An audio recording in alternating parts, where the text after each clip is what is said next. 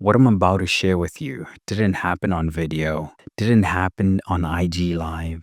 No camera was rolling. It happened off camera and it changed everything.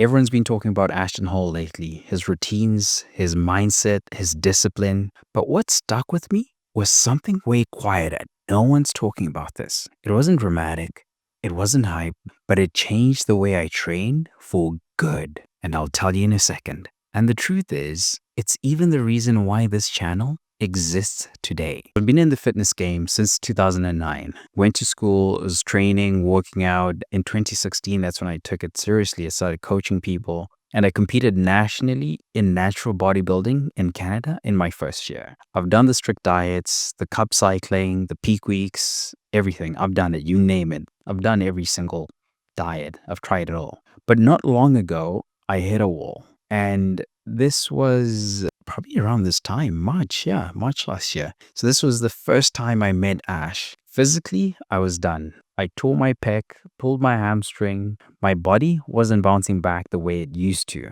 because I was sitting all day and my body was like, yo, what's going on? So it was in shock. Ultimately, that's what was happening. And mentally, it shook me. I started questioning everything. I started asking myself, was I washed up? Was this the end of the road for me? Because it's not just the injury that hurts. It's what happens to your own identity. It gets rocked sideways. So September 2023, that's when I committed to myself. I was like, okay, yo, train, go compete, and you might make it and get that shot at the overall title. So I was like, okay, cool. Let's get the plan going. So in September, I was doing a push-pull program. And as I was doing it, I was making some progress. I started feeling good. I started feeling like my strength was coming back. But most of the day, I would be sitting in an office and I would only go to the gym at night. And so I wasn't as consistent to say that I was training like 4 or 5 times a week, but I was probably more so averaging like 2, 3 times because sometimes like some days it would just be so busy,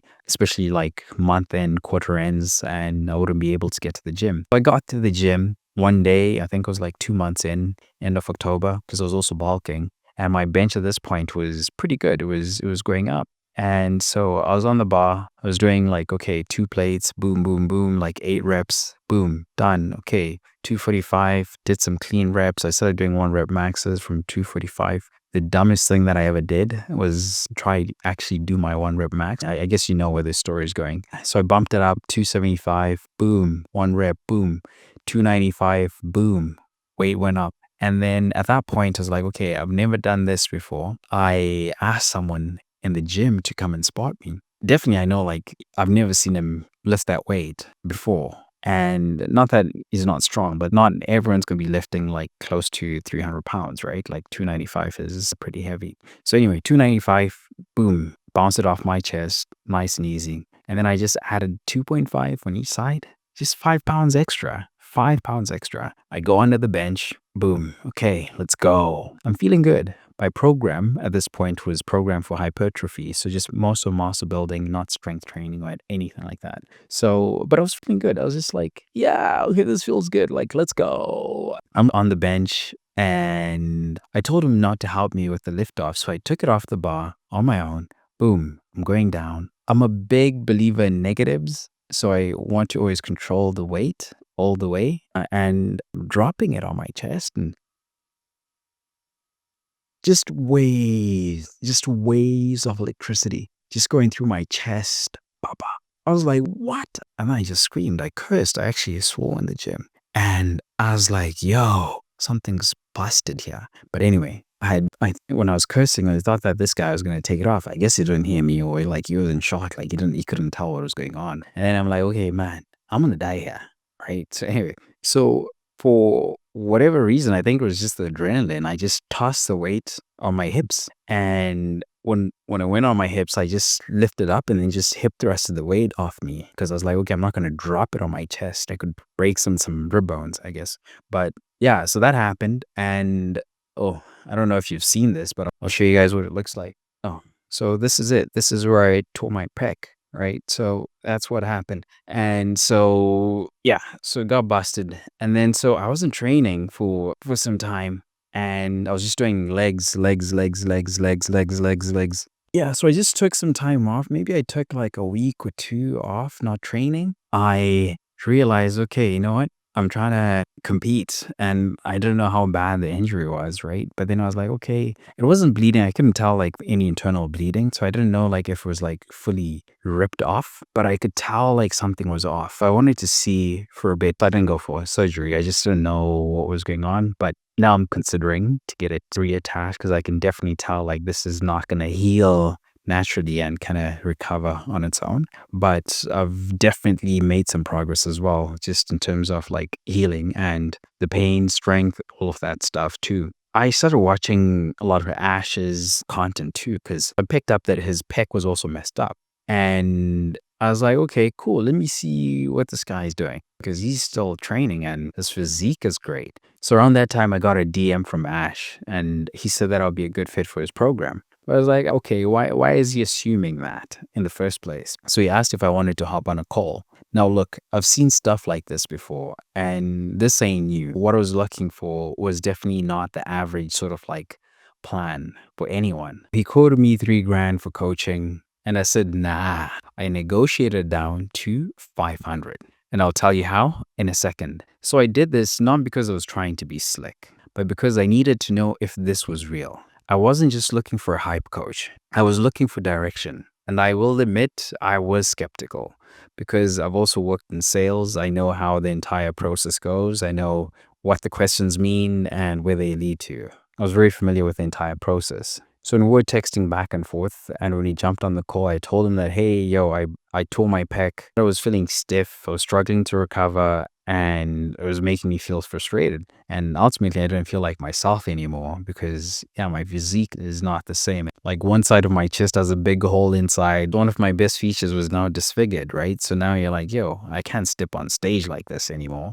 So what do I do? That's another question that I had to ask myself.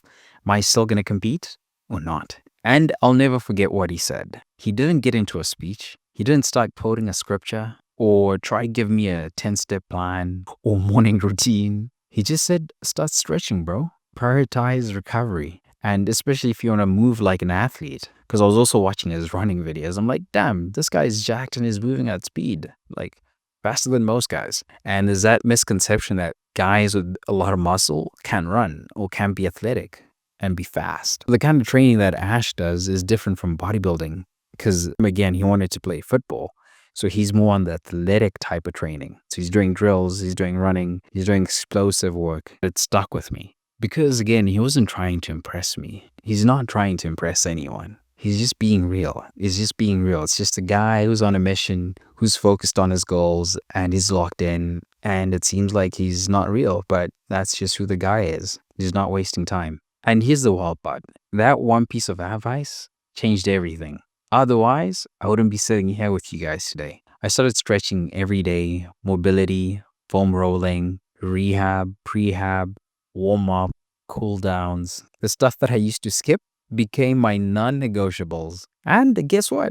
I started feeling better. I started moving better. My lifts improved, my posture improved, and my recovery also improved. That one shift opened something I hadn't planned for. I started posting about it, sharing what was working for me, and people started responding positively. That's what gave me courage to come back to this channel and start posting again. Everything that you see me post, it started from a place of pain, out of recovery, out of the need to document what was helping me to get back on track. And it all started with that one off-camera moment. So Ashton didn't try to give me a motivational rant. He gave me something much better, practical direction that actually works. Sometimes we think that breakthroughs have to be loud, viral, or cinematic, but in reality, it's not always like that.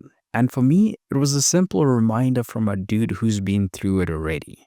Like I was like, hey, like this guy tore his pec, I tore my pec, like he's still pushing. That inspired me. I'll be honest, even though I've been training for a long time, I hadn't had to deal with an injury like this before. This was the first time, like I knock on wood, and by God's grace, I do not get any injuries anymore. But this was like the most serious injury I've ever had in my life. So it was like, hey, like how do you bounce back from this? And I can see how it can mess up with people's heads. So yeah, and I just saw like, someone who's been through it has been pushing and he's not letting up. So I was like, okay, what's going on there? So I was interested in learning, seeing what was the pattern, like how he was approaching things, right? So that just inspired me straight up. So if you're plateauing, your body's not responding, if you feel like your momentum's dried up, don't ignore the small things. For me, stretching wasn't a detail. It was the essential piece that was missing for me to get back to who I really am.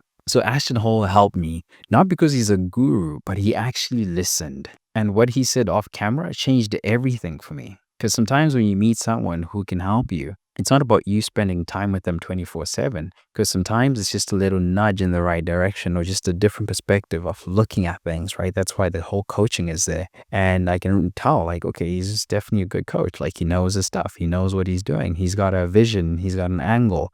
He's ready to help and deliver value. So if you ever looked at someone like Ashton and thought like, man, I could never do that, trust me, I felt the same way. But sometimes it's not about doing what he does. It's just taking that one little thing, take the inspiration, take the mindset, take the discipline, take the routine, and just let that shift everything. Everything else ends up falling in place. And if you haven't seen the first video that kicked this whole thing off, the one that really breaks down who Ashton is, what he's built, and the reason why people love him or hate him, watch that one now. It's linked right here. And when you're ready for the next part of the story, I'll have something else waiting for you.